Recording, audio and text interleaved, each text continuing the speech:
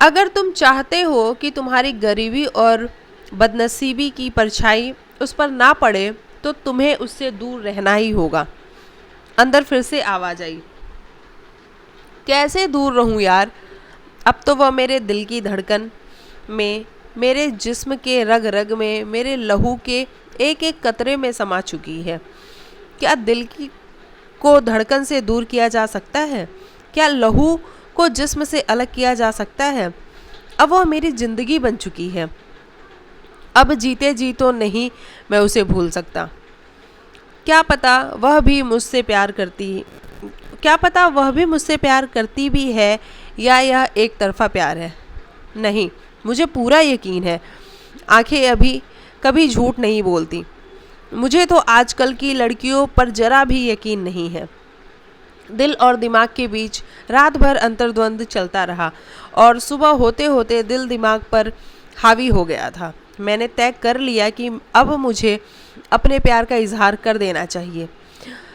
वह घर अथवा गांव से बाहर अकेली कभी नहीं निकलती थी, इसलिए प्रत्यक्ष मुलाकात की भी कोई संभावना नहीं थी। वैसे भी अगर सौभाग्य से ऐसा सुखद संयोग मिल भी जाता तो मेरे अंदर उससे बात करने की हिम्मत भी नहीं थी। फिर कैसे उसे अपने दिल की बात दिल तक पहुंचाई जाए। काफ़ी तर्क वितर्क करने के बाद मैंने एक लव लेटर लिखने का फैसला किया। प्रिय अंजलि, काफ़ी दिनों से मैं सोच रहा था कि तुमसे अपने दिल की बात बताऊं, लेकिन डर लगता था कि कहीं तुम मुझे गलत ना समझ लो और कहीं मुझसे नाराज ना हो जाओ, इसलिए मैं चाहकर भी अपने दिल की बात कह नहीं पाता था। परंतु अब मेरा जीना दुश्वार हो चुका है।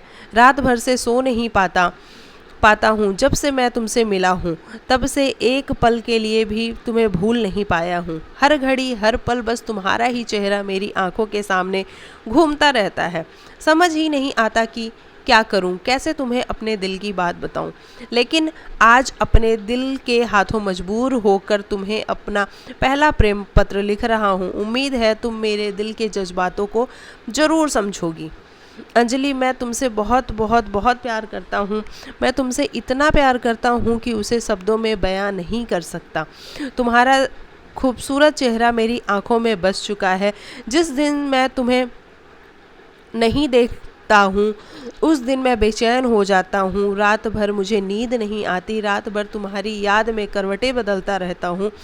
तुम मेरे दिल की इतनी गहराई में उतर चुकी हो कि मैं चाहकर भी तुम्हें बाहर नहीं निकाल सकता। तुम मेरे दिल की धड़कन में बस चुकी हो। अब तुम मेरी जान बन चुकी हो। अब अपनी पूरी ज़िंदगी तुम्हारे नाम लिख चुका हूँ।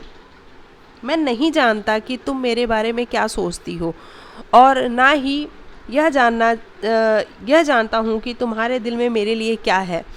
इसीलिए तुम अपने दिल की बात पत्र लिखकर देना। हालांकि तुम्हारा जवाब चाहे जो कुछ भी हो, मैं तुमसे कल भी प्यार था, आज भी करता हूँ और ज़िंदगी भरा दीवाना। पत्र लिखकर मैंने जेब में रखा और हिम्मत जुटाकर उस तक पहुँचाने के मौके तलाशने लगा।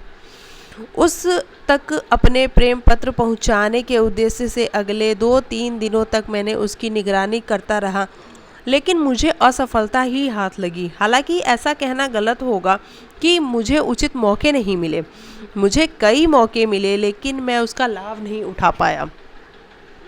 मुझे याद है एक बार शाम के समय वह अपनी सहेली के साथ बात कर रही थी, तभी मैं उसकी तरफ अपना प्रेम पत्र उछाल दिया जो उसके करीब जा गिरा। लेकिन पता नहीं उसने देखा या नहीं, शायद अंधेरे की वजह से उसे दिखा ही नहीं। मैंने उनके जाने के बाद वहां जाकर देखा तो वहीं का वहीं पड़ा था। एक दिन संयोग बस वह मुझे एक गली के सामने से अकेली आती दिख गई। मौका देखकर मैंने अपना प्रेम पत्र उसकी मुट्ठी में पकड़ाना चाहा, लेकिन वह मुस्कुराते हुई बड़ी फुर्ती से बगल से निकल गई। शायद वह समझी कि मैं उसकी कलाई पकड़ना चाहता हूँ। थोड़ी देर बाद मैं उधर से वापस लौटा तो मुझे देखकर मुस्कुराने लगी।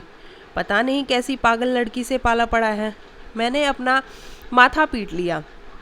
यह लो, इसे अपनी अंजलि को दे देना। एक बार मैंने उसकी सहेली को प्रेम पत्र थमाते हुए कहा। ना बाबा ना, मैं इन चक्करों में नहीं पड़ना चाहती। कहते हुए उसने प्रेम उसने पत्र लेने से इनकार कर दिया।